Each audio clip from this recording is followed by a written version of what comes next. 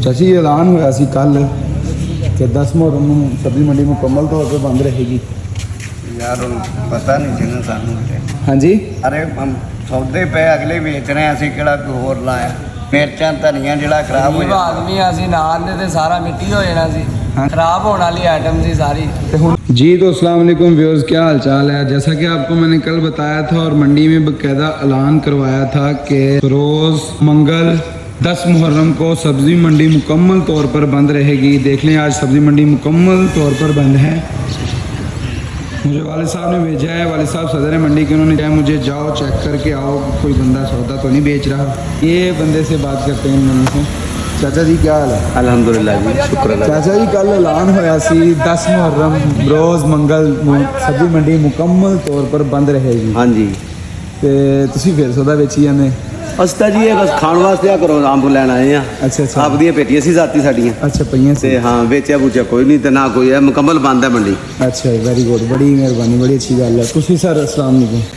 साडा माल ओवर होया पिया जी, ਅਸੀਂ ਖਰਾਬ ਨਾ ਹੋ ਜਾਏ ਤਾਂ ਕਰਕੇ ਵੇਚਤਾ ਜੀ। ਅੱਜ 4-5 ਨੰਗ ਕਿਹੜੇ ਪਏ ਜੀ। ਜਿਹੜਾ ਥੋੜਾ ਬਹੁਤ ਪਿਆ ਸੀਗਾ ਆਹ ਪੇਟੀਆਂ ਮੇਰੇ ਖਿਆਲ ਤੁਸੀਂ ਵੇਚ ਕੇ ਹਟੇ ਨਾ? ਹਾਂਜੀ ਚਲੋ ਸ਼ਾਬਾਸ਼, ਅੱਛੀ ਗੱਲ ਹੈ। ਖੈਰ ਨੁਕਸਾਨ ਤੋਂ ਬਚ ਗਿਆ। ਹਾਂਜੀ, ਇਸ ਕਰਕੇ ਤੁਹਾਨੂੰ ਕੋਈ ਗਰੀਬ ਆਏ ਜੀ, ਚਲੋ ਕਹਿੰਦੇ ਵੰਡਣੇ ਆ, ਚਲ ਮੈਂ ਕਿਹਾ ਲੈ ਜਾਓ। ਚਲੋ ਜੀ ਬਹੁਤ ਅੱਛੀ ਗੱਲ ਹੈ।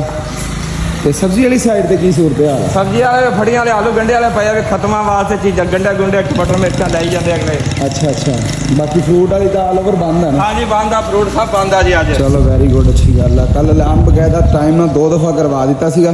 ਹਾਂਜੀ ਇਸੇ ਲਈ ਦੇਖੋ ਜੀ ਮੁਹर्रम ਦਾ ਇਹਤਰਾਮ ਬਹੁਤ ਜ਼ਰੂਰੀ ਆ।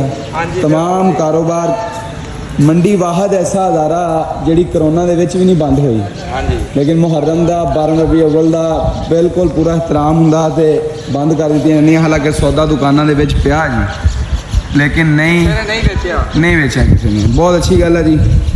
ਕਾਰੋਬਾਰ ਨੂੰ ਜ਼ਰਾ 2 दिन छड़ भी दिता जाता तो कोई मसला नहीं बनता। लेके जा रहे हैं आपको जी सब्जी मंडी की तरफ। वालों के लिए भी वही ऐलान था, लेकिन सब्जी एक ऐसी आइटम है तो बंद नहीं किया जा सकता।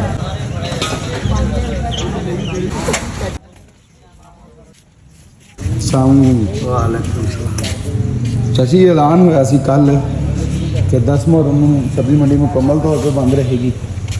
यार पता नहीं जिन्हें सानू हाँ जी, सारे हम सौदे पे अगले बेच रहे हैं, असं किहड़ा कोई होर लाया।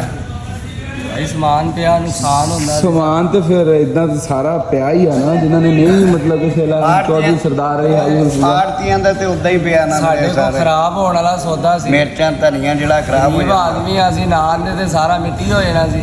हाँ जी, ਉਹ ਸਾਰਾ ਖਰਾਬ ਹੋ ਜਾਣਾ ਸੀ ਸੌਦਾ, ਖਰਾਬ ਹੋਣ ਵਾਲੀ ਆਈਟਮ ਸੀ ਸਾਰੀ। ਤੇ ਹੁਣ ਵਿਕ ਰਹੀ ਹੈ। Kilo 2 kilo bakery kilo 2 kilo bakery है बेकरी। अच्छा चलो, ਥੋੜਾ ਬਹੁਤਾ ਗਜ਼ਾਰਾ ਮਜ਼ਾਰਾ ਜਿੰਨੇ ਕੁ ਇਕੱਠੇ ਹੋਣਗੇ ਚਲੋ। चलें ठीक है, बिल्कुल ठीक कह रहे हैं भाई। ये सब्ज़ी प्याज आलू मिर्च ये चीज़ें बहुत सेंसिटिव होती हैं, ये एक से दूसरे दिन ख़त्म हो जाती हैं, ज़ाया हो जाती हैं, ख़राब हो जाती हैं।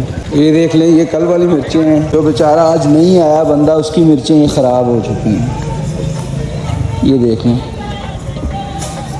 इस बंदे ने गवर्नमेंट का ऑर्डर मानते हुए मान अपना लिया हुआ था, वो वैसे ही पड़ा है, नहीं सेल करने आया और वो ख़राब हो गया।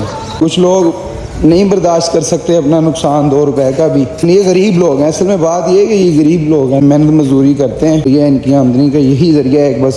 बाकी तमाम मंडी फ्रूट वाली साइड मुकम्मल तौर पर बंद है। सदर साहब के ऑर्डर के मुताबिक खुद भी इनकी दुकान बंद है, बट आपको ऊपर से भी विज़िट करवा देते हैं जाके मंडी का। ये जी 9 अगस्त 2022 10 मुहर्रम उल हराम मंडी मुकम्मल तौर पर बंद है।